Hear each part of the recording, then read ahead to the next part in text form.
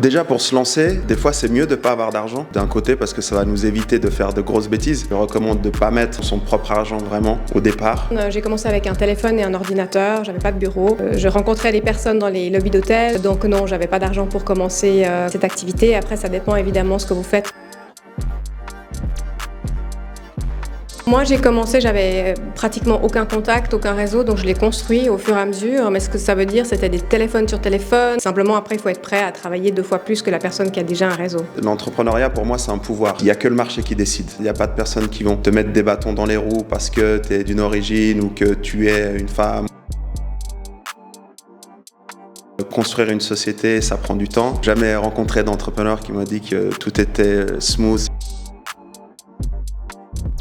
C'est vraiment de se dire jusqu'à où, jusqu'à quand, jusqu'à combien je suis prêt à investir ou à serrer les ceintures pour que ça marche. Je démarre avec quelque chose en tête et en fait, il n'y a pas forcément des clients qui suivent derrière, mais on s'entête en pensant que c'est la bonne idée.